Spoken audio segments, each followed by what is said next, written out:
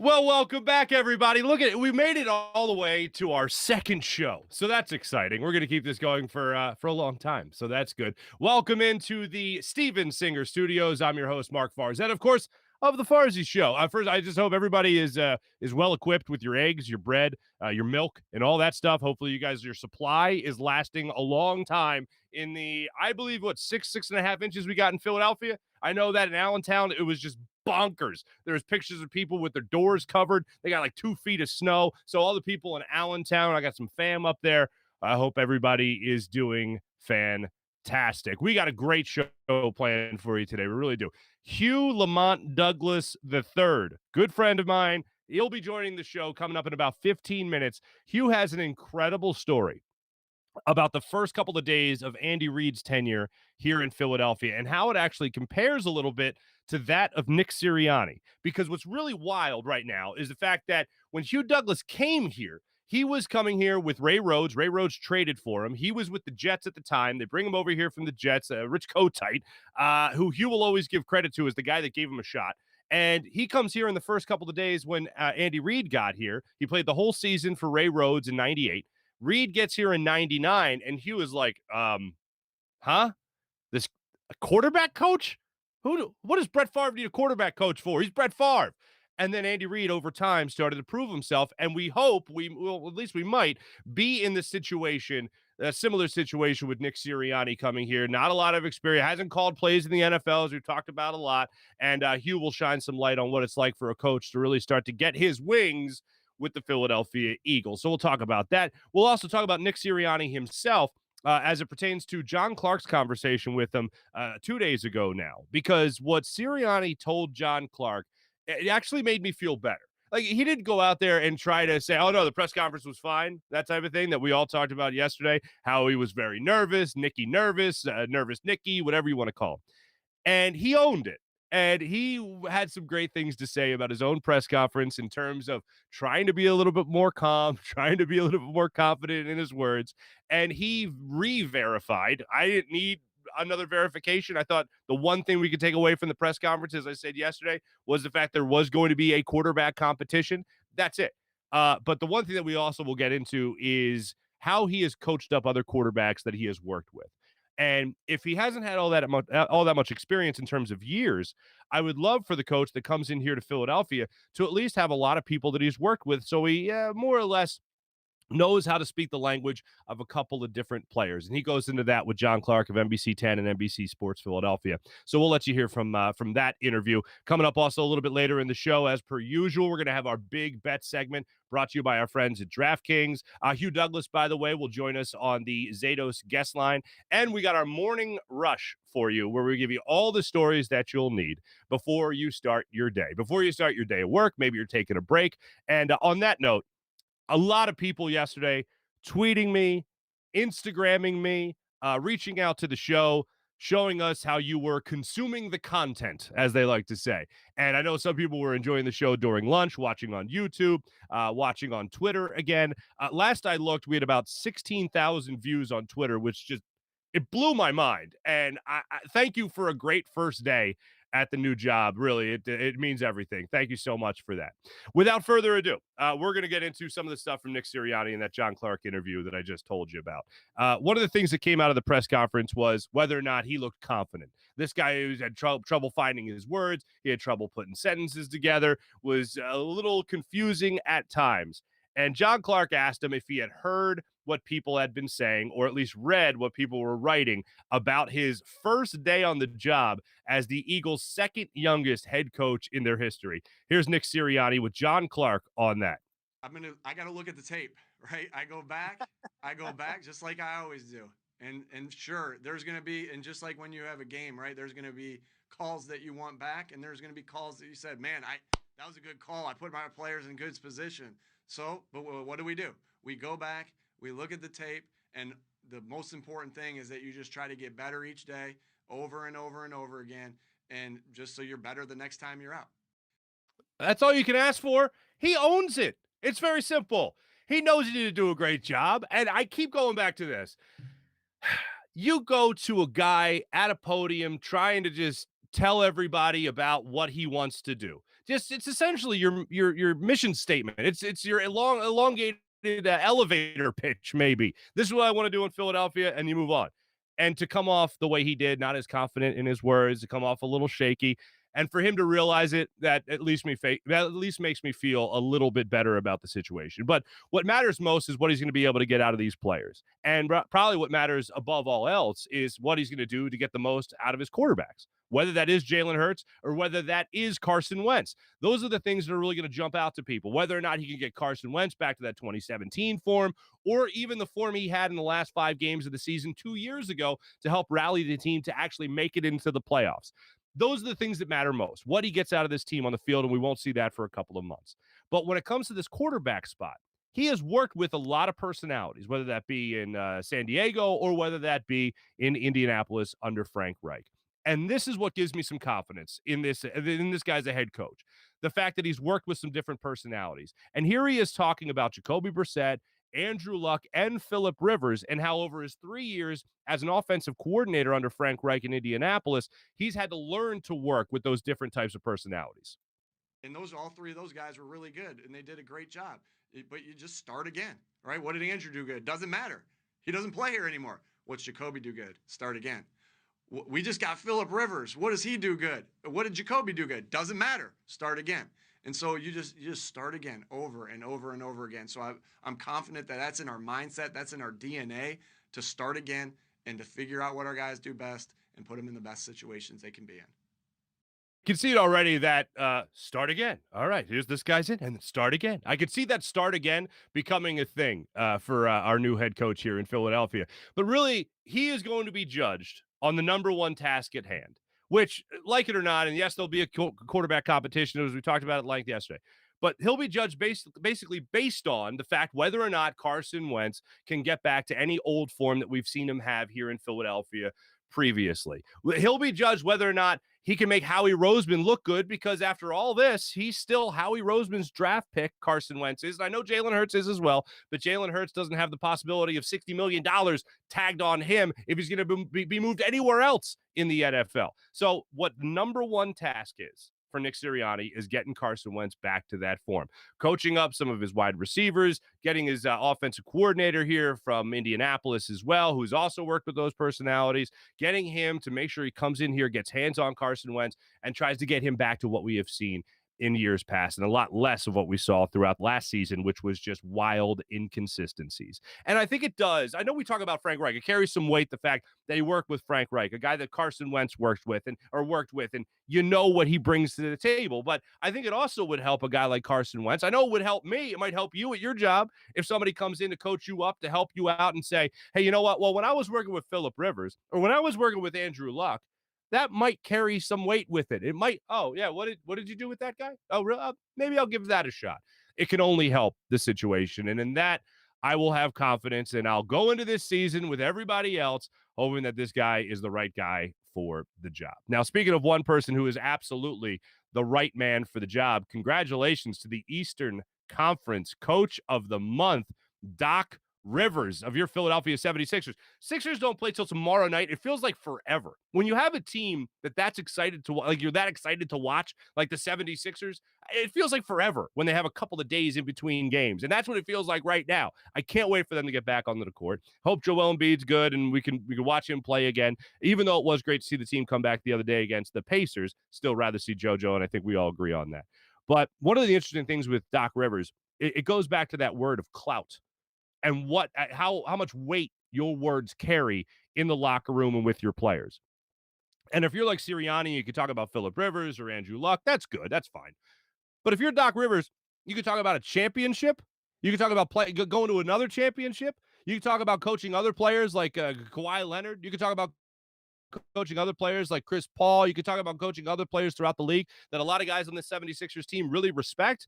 That carries a lot of weight. And I think we have seen in the first couple of couple of months of Doc Rivers as the head coach of the 76ers, we have seen exactly what the Sixers set out to accomplish. We saw the hope realized already with Doc Rivers.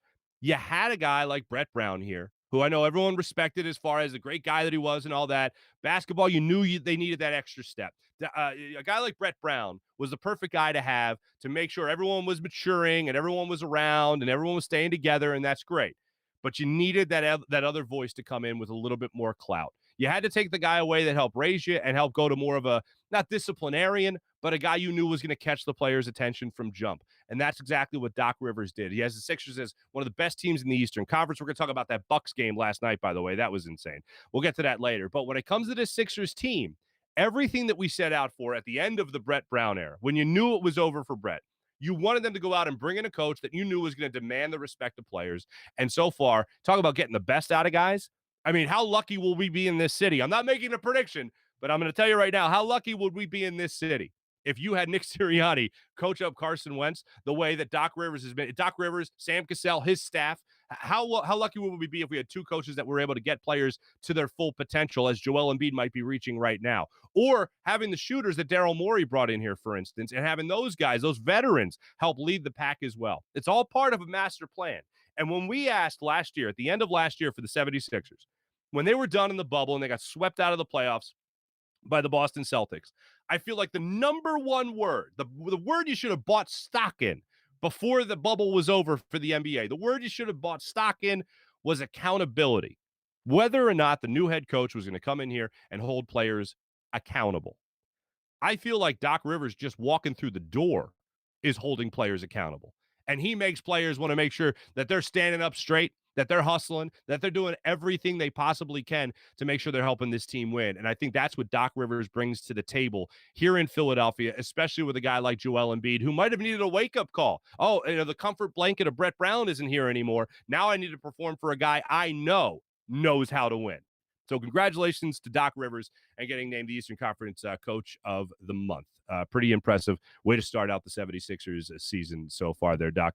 The Flyers got some time off as well. Hope to get back to their winning ways, as they won 2 in a row now with the overtime wins, back-to-back overtime wins that they've been able to accomplish. It's great to see.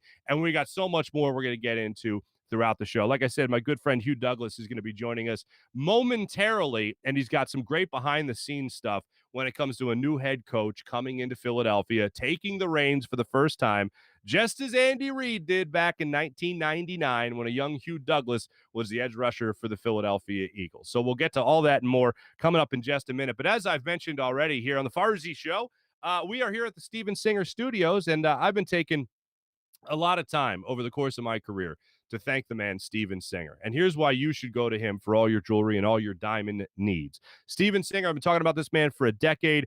If you followed me here to this digital platform, you know who Steven Singer is. And I'm so excited to have him on board for this show.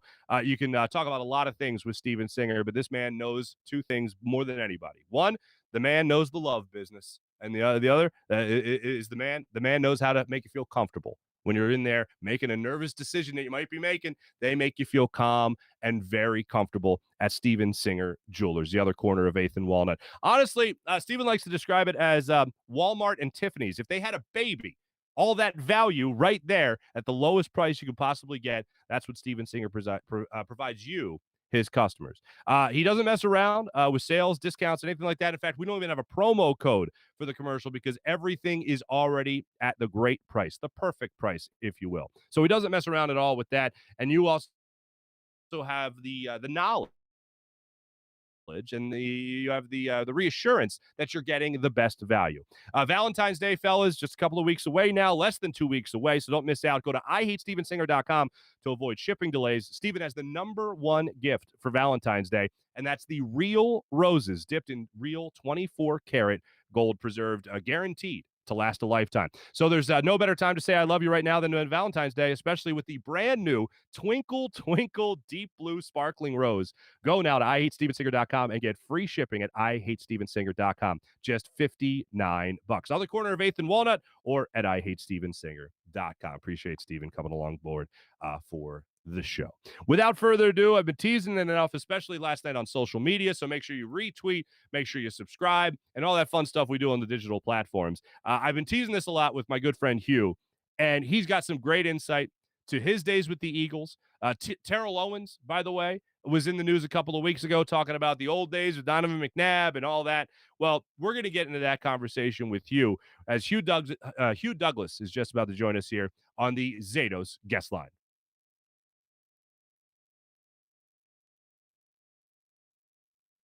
Douglas, ladies and gentlemen. You know him, you love him. Number 53, Hugh Douglas joining us all the way down there from Atlanta. How you doing there, Hugh? Man, I'm good, man. Cannot complain. Just dealing with this pandemic, trying to stay COVID free. Does it exist in Atlanta? Like, do people acknowledge that it's happening in Atlanta? If you've seen some of the memes of people being out, hell no. but in my world, it definitely exists. So, okay, good. Yeah, I'm at the house. All right, now on a much later note, now this is a taped interview. We'll let people behind the curtain for a second. So I guess I just failed to mention to you, my brother, that this was going to be on camera. So yes, I send you the Zoom meeting, and there you are, just topless, sitting on your bed, just chilling, and then you're like, "Oh, damn!" No, because I'm thinking, because we have been talking back and forth, and you said phone call, and so in my mind, since we've been in this pandemic, when I hear phone call, I'm thinking phone call. I'm not thinking Zoom call. Right. That's a little bit more of a specific thing. So I just, listen, man, since I've been working from home, Mark, I very rarely put on clothes. I do the radio show in a towel for the most part, and I walk around the house naked. So I'm thinking, I'm thinking, I'm chilling. And then, Well, you and I have known each other a long time. So if you feel the need to just, you feel a little hot, they don't call it hot Atlanta for nothing. If you just got to take the shirt off, man, you take the shirt off. It's fine. I don't judge. It's not hot right now. It's the wind is biting. I swear to you, it feels like I'm in Philadelphia right now. Oh, boy. Oh, you guys get any snow down there? Nah, not yet. No snow. If we get snow, you'll hear about it because the whole city's going to shut down. It's going to be a wrap for us. Okay. Hugh Douglas joining us, number 53 from your Philadelphia Eagles. And Hugh, it's always great to catch up with you. Eagles have so many things going on in the news right now, but I want to just throw it in the Wayback Machine for just a minute because when we talked, we just were kicking a little bit about what was going to happen with the Eagles and you coming on this show and all that, and we appreciate you coming on. And then I'm watching the playoffs a week ago, and I see Freddie Mitchell, your old teammate, a guy I know a little bit. He tweets out, because I think it was Tom Brady just barely getting by Aaron Rodgers and the Packers. And he tweets out, man, we should have won 3 Super Bowls. Freddie Mitchell says this. Yeah. And then I see your tweet responding to it, just saying something very simple, which is, I just want to win 1. When you look back at that time, when you were with the Eagles, the great years of Andy Reid and coming so close and all that, do you think about that team as a team that just, it's a little bit of shoulda, coulda, woulda, and you would have had those titles? You know what? Every year around this time, no matter what, Super Bowl roll around, teams get picked to go to the Super Bowl, get picked. You always feel some kind of way. And I'm pretty sure that if you ask any of my teammates, they feel the same way. Because when you think about it in the grand scheme of things, now that we've had a little bit of time to reflect on it, a lot of players don't get to go to the Super Bowl, man. A lot of players don't get to go to multiple NFC championship games and things of that nature. So you cherish all those moments, and then you look at it and you're like, damn, if we could have just got 1, how different would life be? If we not saying that life is bad, because life is pretty damn good now. But how different would it be if Philadelphia was working on his 2nd championship or even his 3rd at this point? You know what I mean? Maybe what if Carson Wentz's championship and that team championship was the 3rd? But like I said, Mark, I'll just take 1. I'll just take 1. Is there a particular play that you go back to? Because I'll hear from athletes all the time, this one thing, if this just would have happened. Is there something that you relive as a former player? You know what? The only game that I could think of, not the actual Super Bowl, I think about the Tampa Bay game. When Tampa came. That's the one. Because that's the one. When you look at our team and you look at everything lining up the way that it was supposed to line up, damn it, man, that was supposed to be. The Raiders sucked that Super Bowl. Yes, that's the one where we should have been down Broad Street. We should have been paraded down Broad Street. There should at least be 10 kids in Philadelphia named Hugh. Not mine. Not my children. Okay. But, they singing like people, naming their kids after me. You know what I'm saying? Stuff like that. That's all I'm talking about. I ain't talking about not my kids. Not right. Right. I think there already is a Hugh Lamont Douglas IV, is there not? So his name is Harper. Little Harper. Okay. Harper Okay. He's got the HLD, but it's Harper Leonard. Yeah. Oh, okay. Gotcha, man. So when you did watch that, to go back to just 3 years ago now, when you did see the parade in Philly, was it emotional for you? Oh no, I came. I was here. I was there because I'm here in Atlanta now. Right. I was there in Philadelphia. Oh, me and my son packed up, man, and we went to Philadelphia. We hung out with, at the great Angelo Cataldi and WIP team. And just to see the people walking down the street, man, and the people crying for seeing the parade and everything, it was something that, I'll never forget. That's right. I'm sorry I missed you because I was stationed right in front of the Art Museum steps. And I was given the play-by-play, and then Jason Kelsey started going off with all the F-bombs, and I'm like, oh, my God, we're going to get sued. We're going to get sued. We're going to lose our license, and whatever, nothing happened, so we're all good. That's expected in Philadelphia. I mean, Philadelphia is a gritty town, man. I mean, it's an in-your-face kind of town, and it's one of those places that if you can't deal with it, then you probably don't need to be there. So true. So true. As a mutual friend of ours said many times, Trey Thomas, Philly's not for everybody. It's not. It's not for everybody. It really isn't. It really isn't. Now, to fast forward a little bit here, when you do go back to what was said recently, because T.O. likes to go back to those days and talk about what's going on and talk about Donovan and all that. Is there anything any teammate could have done, any player could have done to go back to that era and just say, hey, guys, let's settle this down for the good of the team, and let's just march forward? Is there anything that could have happened from a player or somebody in the front office? I don't think so. You see a lot more of it now. The NFL is ego-driven. I mean, it's always been ego-driven, but on Sunday, you always came together for the common good. But I think nowadays, with so much stuff changing and guys trying to get paid, man, and everything, it's just one of those things where it's hard to try to keep that balance in the locker room. And I think that there was a level of disrespect there that Donovan had for T.O. when you think back on it and you look at some of the things that have happened. I know everybody's grown from that now, but back then when you're in it, it's a little bit different, man. And when you feel like you're being disrespected, I don't care who you are. If you feel like you're being disrespected, you're going to handle that. Mm-hmm. Understood. Now, to bring it to this current team right now, we'll talk about the new head coach in a second, but somebody that's playing your position just had his first Pro Bowl season in Brandon Graham. And as you well know, look, if there's anybody Brandon Graham reminds me of, it is you. The eternal happiness between the two is just amazing. But he comes out, makes his first Pro Bowl in so many seasons. A guy that when he was drafted, a lot of people, myself included, were down on it. Earl Thomas was there. Next thing you know, this guy becomes one of the most beloved Eagles in the history of the franchise. When you think about the maturation process of a Brandon Graham to now being that seasoned veteran that's on this team, what comes to mind about BG? Perseverance, working hard. I mean, a guy who, like you said, didn't have the years that popped for him, but he was consistent. And the biggest play of his life had to be in the Super Bowl. He will never pay for a meal in Philadelphia ever in life. I mean, and that's just like, like when you talk about being a football player and playing in a great city and just being beloved for the things that you've done in the past, that's Philadelphia in a nutshell. And he will forever be beloved for those plays that he made and the plays that he made this year to put him in the Pro Bowl. Mm-hmm. No doubt. Now, you've always talked about Philadelphia with great affection. How much do you miss the people? How much do you miss the city? I miss the city a lot, man. It's funny. I miss, like, we have Rita's down here, right? And don't laugh because okay, I'm sorry. Yeah. So serious.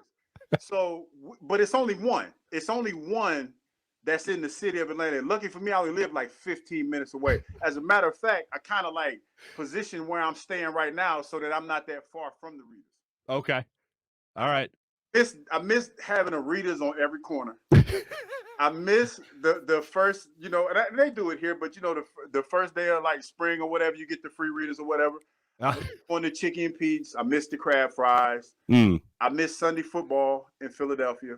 I miss hanging out at Chicken and Peace with the old team and my old teammates and the young teammates at Chicken and Peace after the game. And just that melting pot, that's Philadelphia. Like Philadelphia, you know how it is. You have the Italian neighborhoods, you have the Jewish neighborhoods, and you have the black neighborhoods. In Atlanta, you're black or you're white. It's the old Dave Chappelle line. Yeah, I saw two Irish guys beating up an Italian, and I thought, you guys are specific. It's just a couple of white guys to me. Yeah. It's funny. You bring up Chickies and Pete's, and one of the memories I always have of Chickies and Pete's was early on when you and I just started working together at the old station. Ryan Howard hit a home run in like the bottom of the 8th inning in South Philly at Citizens Bank Park. And you and I were there with another friend of ours, and you said, hey, I'm going to text Ryan and see if he wants to come out. And I was like, Ryan who? And you were like, Ryan Howard. And I was like, and I'm like 23, 22 at the time. I'm like, yeah, go text Ryan and see if Ryan wants to come out. And sure enough, he came out, he hung out, he had like some crab fries, whatever, and then he took off for the night. But I'll never forget that. And you were trying to tell him that I'm too nice. Like I'm like the shy guy when I'm trying to talk to women. Because you were, but you're not shy anymore. No, I've sprouted. You've grown since then. Yeah, you've grown since then. All right. Man now. I'm a grown-ass man. Yeah, that's right. Let's to talk about a little bit more the modern-day Eagles. They just hired their new head coach taking over for Doug Peterson. First and foremost, Doug Peterson leaves, Howie stays. Or Doug Peterson gets fired, Howie stays. I thought if anyone was going to get gone, it was going to be the both of them. I didn't think one was going to be gone without the other. But sure enough, it looks like Doug went in there and made some demands, put them on the table, so to speak, and said, Jeff, this is what I want to do. Jeff said, that's not what we're doing. And see you later, Doug. Howie stays. Nick Sirianni comes here. What do you make of how this whole situation played out, Hugh? You know what? To be honest, I follow Philly sports, but I'm not there like you. I'm not there every day. So I have to kind of like make my assumptions and glean what I can from on the outside looking in. Mm-hmm. It's like a little bit of a power struggle. It looked like from on the outside looking in now. I don't know as far as the Carson Wentz stories being told about he wasn't happy about this, that, and the third. Right. There's some truth to that. I don't know how deep down the rabbit hole that actually goes. And I think that, the Eagles are married to Carson Wentz because they paid him a lot of money. Mm-hmm. You don't want to give up on a guy like that who a few years ago was in the running for the MVP. And him and Doug Peterson, they had a difference of opinion. And I get where the reports were that Carson didn't trust the head coach anymore. I understand that. But at the same time, man, sometimes you have to have people around you that tell you what you don't want to hear. Absolutely. You know what I mean? Because you can't have a bunch of yes men around you. And you can't have a bunch of people around you that are just catering to you all the time. You got to have a little bit of friction. And if you're being realistic with yourself, you always have to step back and look at yourself and see what that other person might be seeing. I mean, one of the biggest lesson I had to learn was, that I'm not always right. And sometimes when people tell you stuff, they're telling you because they care about you and they know that you're screwing up. You know what I mean? Mm-hmm. So I look at it a little bit like that. And I think that it probably was a little bit of a power struggle upstairs, and Doug lost. Mm-hmm. Did you know anything about Nick Sirianni? I didn't know his name until his name came up in the rumors. Right. Not a clue. I knew, as a matter of fact, I tweeted out, you know how you're looking, because he was only like, he moved up. He had a pretty meteoric rise as far as head coaching is concerned. Because like, it was only a couple years where he only coached at a position for like a year. Right. And he was an offensive coordinator for like 3 years.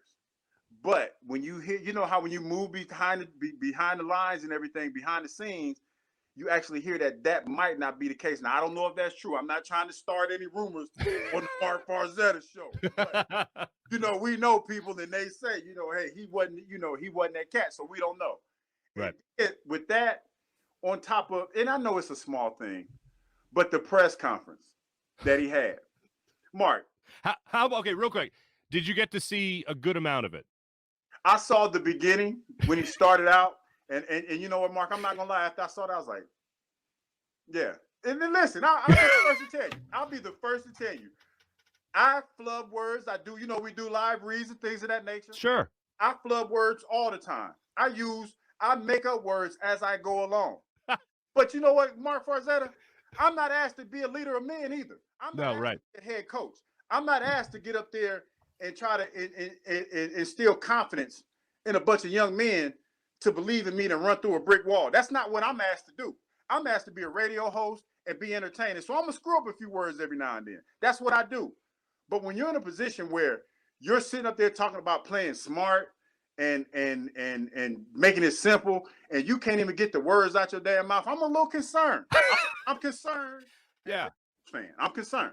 Well, I mean, I'm right there with you, and it's good to hear you as the former player talking about something like that, because I can't help but jump to a conclusion after you stand at a podium and you're talking like that. If I'm a player and I don't really know that much about you, I'm going to watch that press conference just so I get a feel for what kind of guy you are.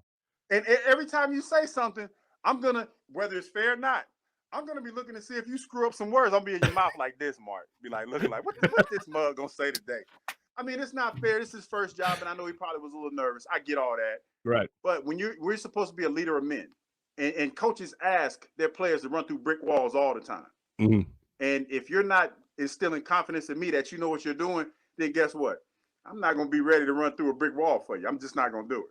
Yeah, I'm. It's good to hear you say that, because it only makes sense. And now, when you were here with the Eagles, Andy Reid's press conferences were notorious for just being terrible.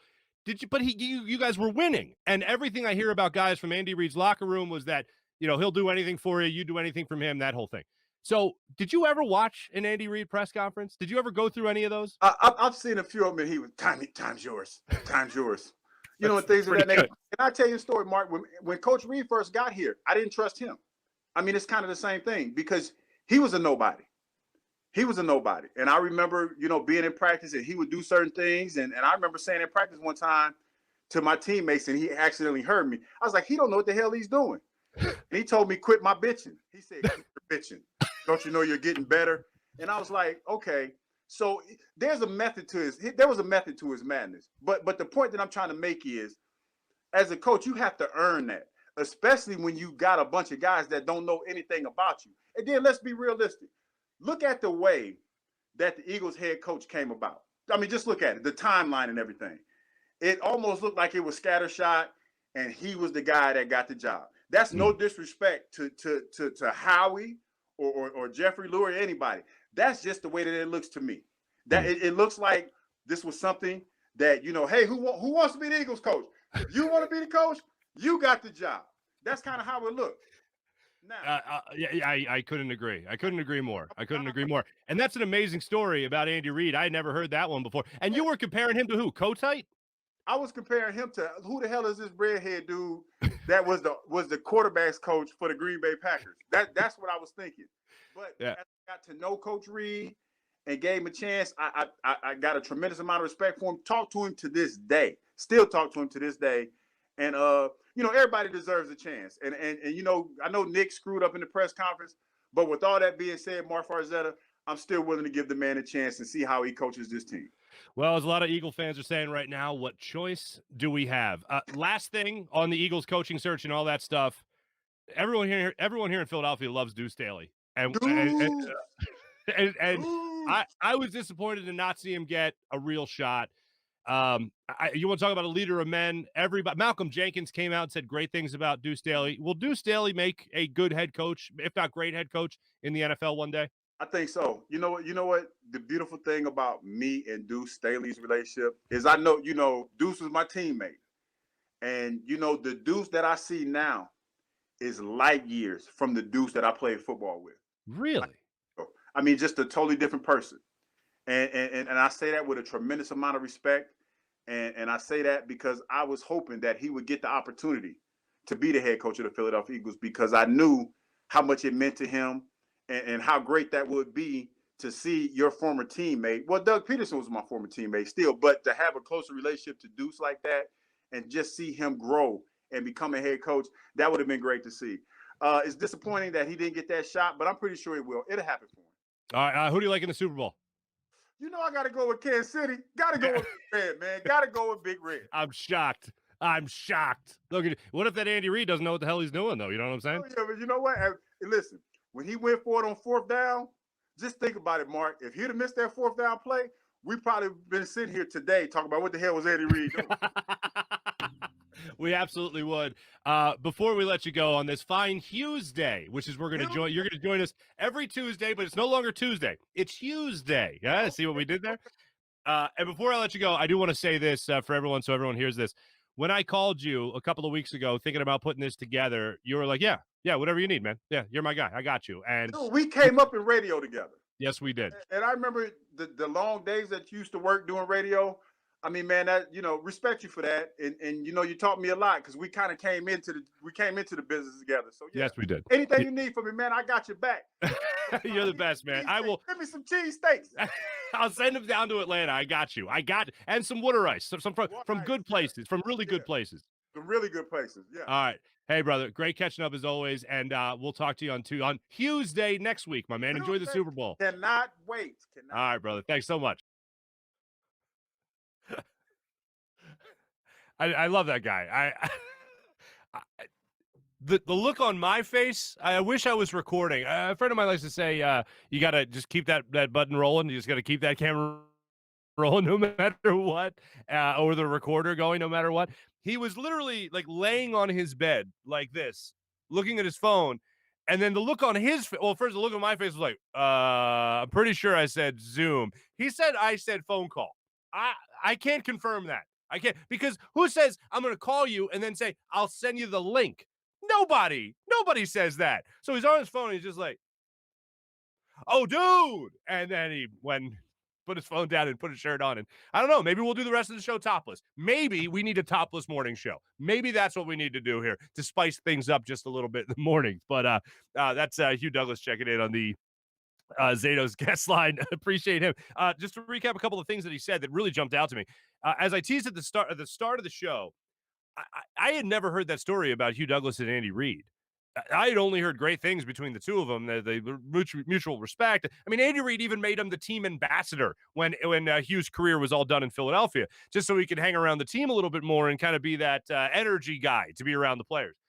But when he said Reid came over here from being the quarterback's coach in Green Bay, now he was assistant head coach, and that's fine. But he goes over there. He comes over here from Green Bay after being a quarterback's coach. He was a tight ends coach as well, and assistant head coach to Mike Holmgren out there in Green Bay with Brett Favre, by the way. And he comes out here to Philadelphia, and Hugh, the first couple of practices after Ray Rhodes, by the way. And from what I understand, Ray Rhodes and Andy Reid were two totally different personalities. And imagine going through that transition as Hugh Douglas, and Reid comes in, and you're like, this guy doesn't know what he's doing. And for Reid to snap back right away and say, quit your bitching, basically, is exactly what you wanted a head coach. So maybe Nick Sirianni if he has a little bit of that timidness, that if he's a little hesitant, for instance, around his players, and maybe he's not exactly running a practice the way the players are used to a practice being run, being that they were just playing for a former player in Doug Peterson, then maybe Sirianni needs to make sure that he gets the message across that this is going to be no nonsense. Like me or not, respect my background or not, I'm still in charge here, no matter what. So if you want your playing time, I'm the guy that you got to impress. Or if you do go back to the more pertinent thing that came out of that press conference, other than the quarterback controversy, is maybe you should impress Howie Roseman as well if you want some more playing time. So my thanks again to Hugh Douglas for joining us right there. Do have to tell you about DraftKings, a fine sponsor of the program. The 55th big game is this weekend, and to finish off the football season, DraftKings Sportsbook, America's top-rated sportsbook app, is giving all new customers a no-brainer of an offer. When you use promo code Farzy, that's right, use promo code Farzy and celebrate football's finale. Another way to say it. Football's finale, DraftKings Sportsbook is doubling your money if a touchdown is scored in the big game. That's it. The touchdown going to be scored? Absolutely, a touchdown is going to be scored. So all it takes is one touchdown to be scored Sunday, and boom, your money is doubled. Sounds like a no-brainer because it is a no-brainer. And if this game wasn't enough reason to party, with double the cash you'll be celebrating till next season. How about that? So don't forget about DraftKings Big Game Prediction Challenge, with up to $55 million in total prizes up for grabs and instant prizes for everyone who enter the contest. Download the DraftKings Sportsbook app right now. Use promo code Farzy. That's promo code Farzy. And you can get a shot at doubling your money if a touchdown is scored in Sunday's game. Promo code Farzy only at DraftKings Sportsbook. Must be 21 or older.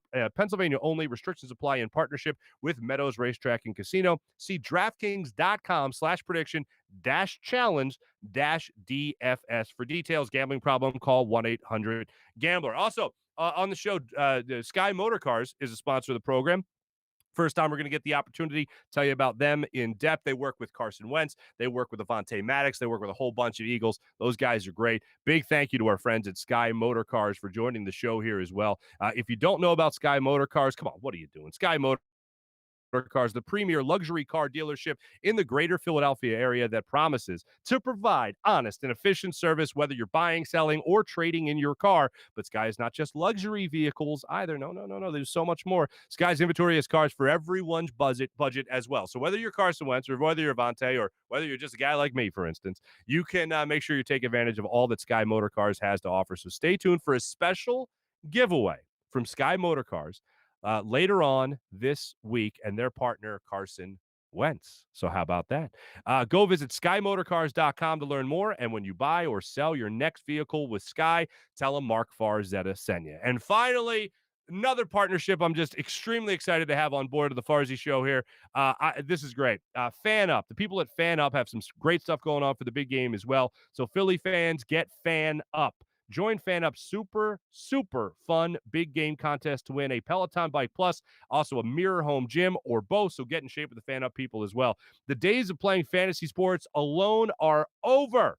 Enter Fan Up's super big game, super fun big game tier contest. Answer fun questions, watch the game, and see who's right. I'm going to do this with all my friends as well. You should too. It's fun, easy, and you can win a Peloton, like I said, as long as also a mirror to go along with that. So those things are all the rage nowadays. This big game should be the MVP. You could be the big game of the MVP, rather. So play Fan Up and follow me. Download the Fan Up app. Use promo code SBLV. That's SBLV or Fan Up promo code and get 2,000 bonus points. That's SBLV or Fan Up.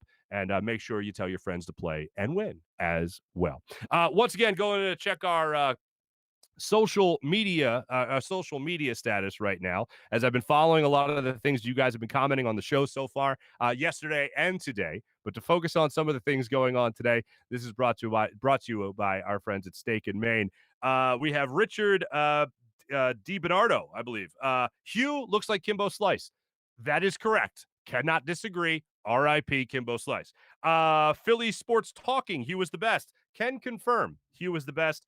And Colin Berger saying Farzy making mornings great again. You're spoiling me, Colin. I appreciate it. And the person that commented yesterday, I hope I'm looking at a feed here. It looks like our camera issues were solved. So shout out to our buddy Jim Hyden, who helped us out with that, our technical director of the Farzy Show. So I do appreciate that. That's our social media check-in. And you did hear us do a little bit of a check-in there with Hugh, where he talked about the old days, how many they should have won. And the game he goes back to is the game that all of us go back to a lot. Those of us that, I realize on a younger audience here, such as digital media, some of you don't know Rondé Barber in that play. Ask somebody just a couple of years older than you, or just, later on today, maybe just YouTube it. It was terrible. And they even brought it up in this most recent NFC Championship game because the Bucs, of course, were playing against the Packers, and Rondé Barber's pick six on Donovan McNabb at Veterans Stadium to close out the vet was a very saddening experience, to say the least. I mean, I'm not going to say he's next to Joe Carter in the Joe Carter moment. Ask somebody a little bit even older than you for that one. But when you talk about that, it's just moments that you remember where you were when it happened. And I certainly remember where I was when I saw Rondé Barber's pick six and knew that the air was officially out of the balloon. So that right there was our social media check-in. And it was social media there because it was Freddie Mitchell prompting Hugh to talk about winning at least just one Super Bowl in the city of brotherly love. And how about the connection as well? Still to this city after all the years that Hugh has been out of Philly, working in Atlanta for 92-9, the game in Atlanta, still very much the connection to the city of Philadelphia as well as the Philadelphia Eagles. So some great stuff from Hugh and the great stuff from you guys, the people commenting on Twitch, on YouTube, on Twitter, across all our social media platforms that we put the show out on.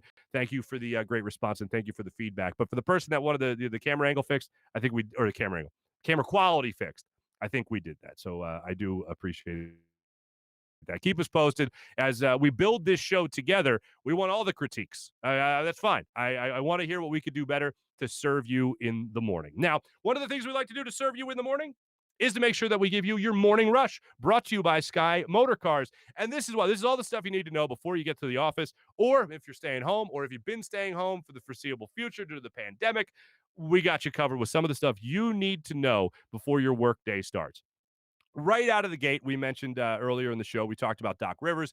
He's the coach of the month in the Eastern Conference, and that's great. But if you didn't see this Bucks game play out last night, it was unbelievable. And it actually feeds into some of my big bets that we're going to get to in a second. But one of the things that we got into with this Bucks game was it looked like 7 steps. Now, it ended up not really being a big deal in the game because the Bucks, they ended up beating the Blazers last night in Milwaukee, 134-106. I believe Giannis had 18 points in this game. But it looked like he took about 7 steps. And I know I should be the last person complaining about traveling in the NBA, but this is just one of those things that you'll watch again and again and again and go, well, how does that not get called? Well, he's an MVP. That's how it doesn't get called. But the Bucks were able to come up with the victory in that. They're just 12-8 on the season after doing some retooling in the offseason. So the Bucks right now 12-8. Sixers still looking like the top team in the Eastern Conference, much thanks to the coach of the month in Doc Rivers. So that's something you need to know. Great game in the NBA last night with the Bucks taking care of business against the Blazers. Also, LeBron James staying in the NBA. LeBron James got into a verbal altercation. Now, I want to make sure I have this woman's name correct. And here's what you do. Later in the day, I wanted to play this for you, but I realized that some younger people might be getting ready for school. And I'll just say that the language, it ain't right. I would feel weird if people have the YouTube on their TVs in the living room, getting ready for work, and they're playing this, and then all of a sudden, there are all their kids watching it. All of a sudden, curses are flying all over the place. So I'm going to spare you from that. But LeBron James, while playing in Atlanta last night, they're wrapping up a long 2-week road trip.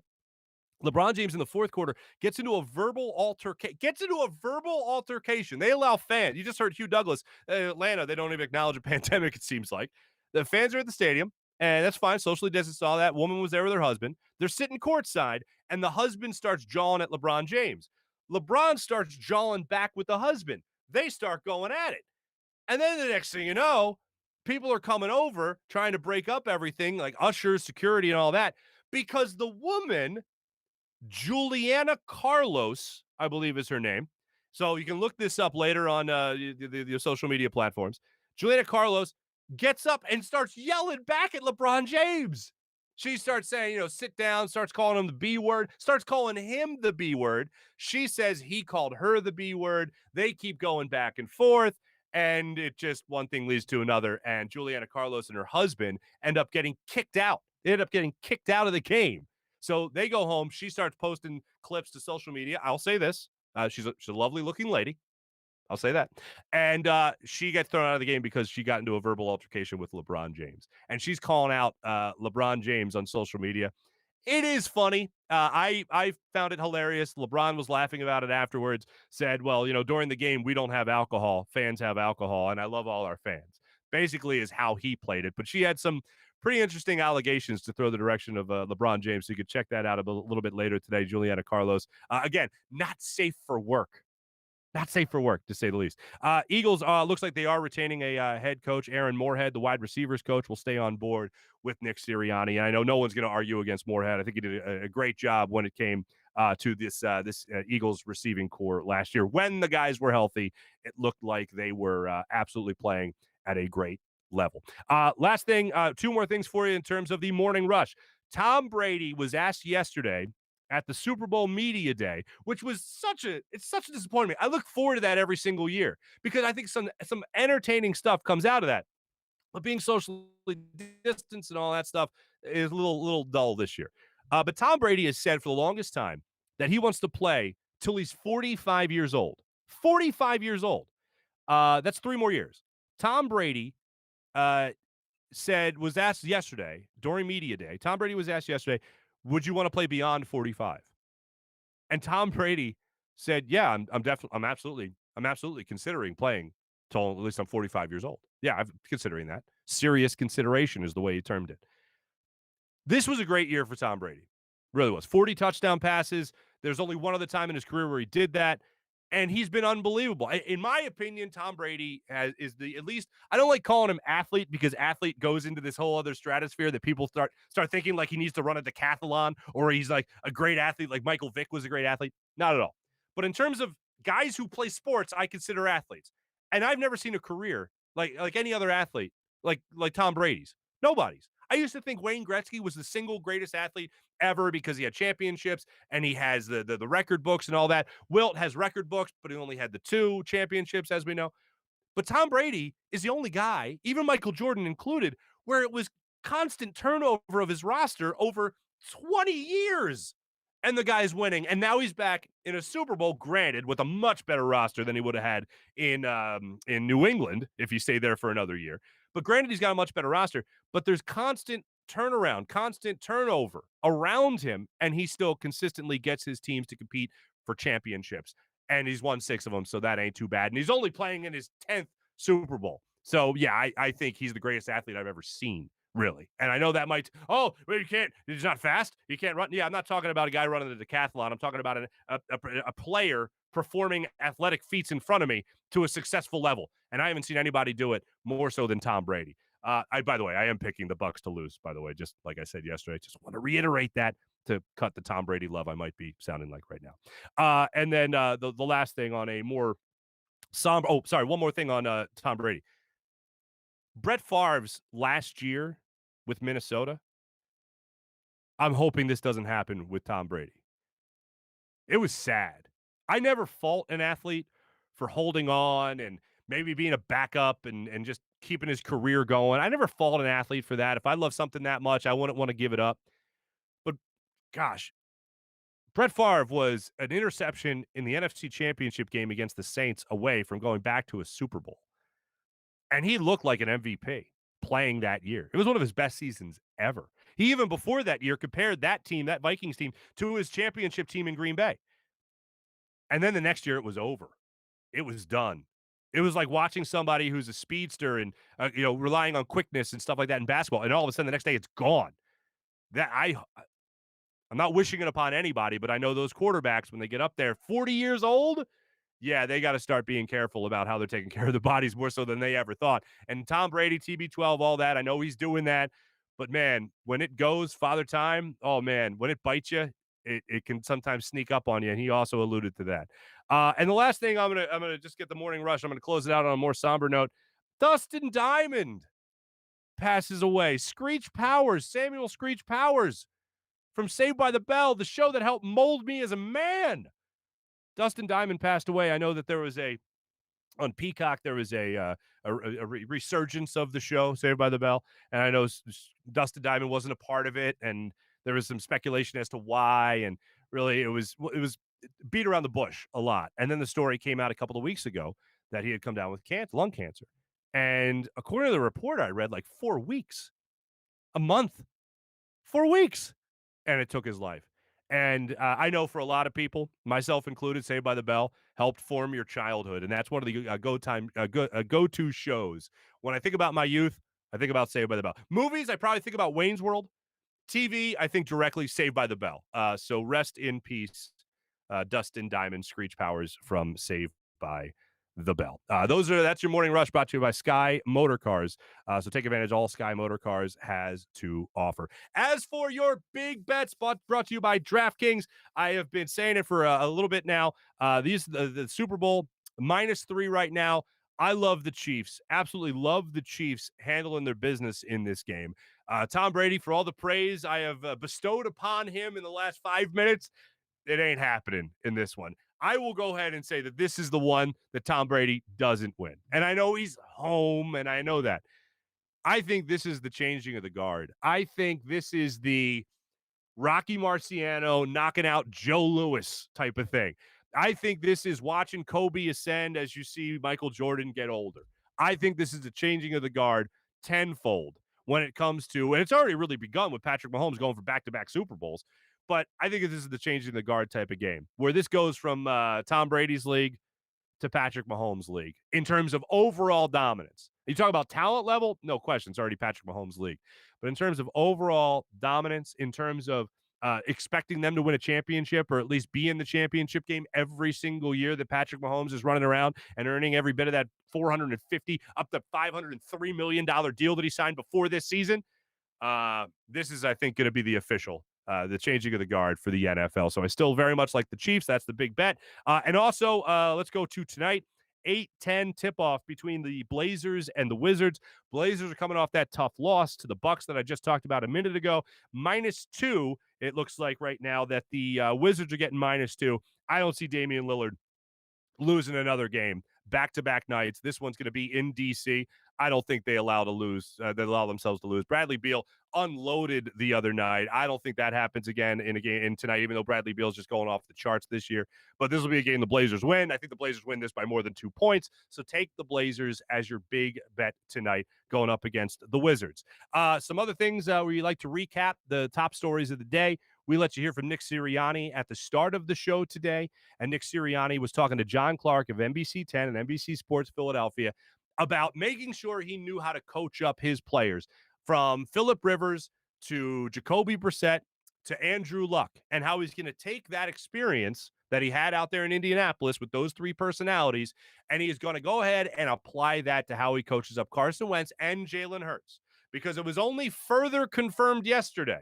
You know, the story comes out, it breaks, can confirm, then the 5 other reporters can confirm this, because they all talked to their source.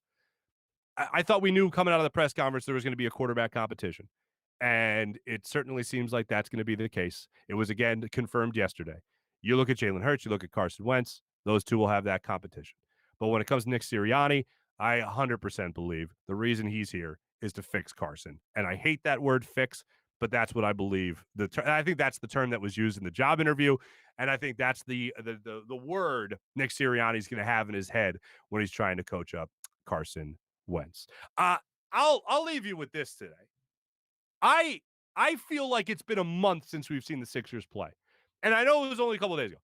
But like I said earlier, when you have this long a layoff between games in a team you enjoy this much, come on, man. Yeah, I need tomorrow night to happen, and I need the Flyers, by the way, to keep that going tomorrow as well. They go for, I believe it's 5 in a row now. They had the back-to-back overtime wins, and they'll go for their 5th win in a row coming up tomorrow night. This also dawned on me while I was watching the NBA last night. It shows me how much I enjoy the Sixers team and the maturity that we've seen throughout this year. It shows me that I'm really realizing that more so than ever when I see our former athletes here that we used to pine over and go, oh, yeah, I don't care. And last night, the Heat got killed. The Miami Heat got blown out. And I'm looking at Jimmy Butler, and I'm like, I don't care. I don't care about this because my team's playing great. And Joel Embiid's playing to his potential that you thought only a guy like Jimmy Butler could bring out of him. Turns out it's really Doc Rivers bringing it out of him. And you got the shooters shooting well for you, Seth Curry, and you got guys being able to drain it. And then you got a guy like JJ Redick who could be coming to Philadelphia as well. It's just it feels good to look at the 76ers and not pine over the people that we used to pine over. At least that's where I'm at when it comes to the Sixers squad. Hey, guys, thanks for joining me on the second episode of the Farzy Show, brought to you by Steven Singer Jewelers here at the Steven Singer Studios. Thanks so much for joining. Make sure you retweet. Make sure you subscribe to the YouTube channel as well. All the people that watched on Twitch and YouTube and all that for commenting, and on Twitter as well, and Facebook Live. Thanks so much for joining us. We'll be back with you guys tomorrow. Enjoy. Have a great day, everybody.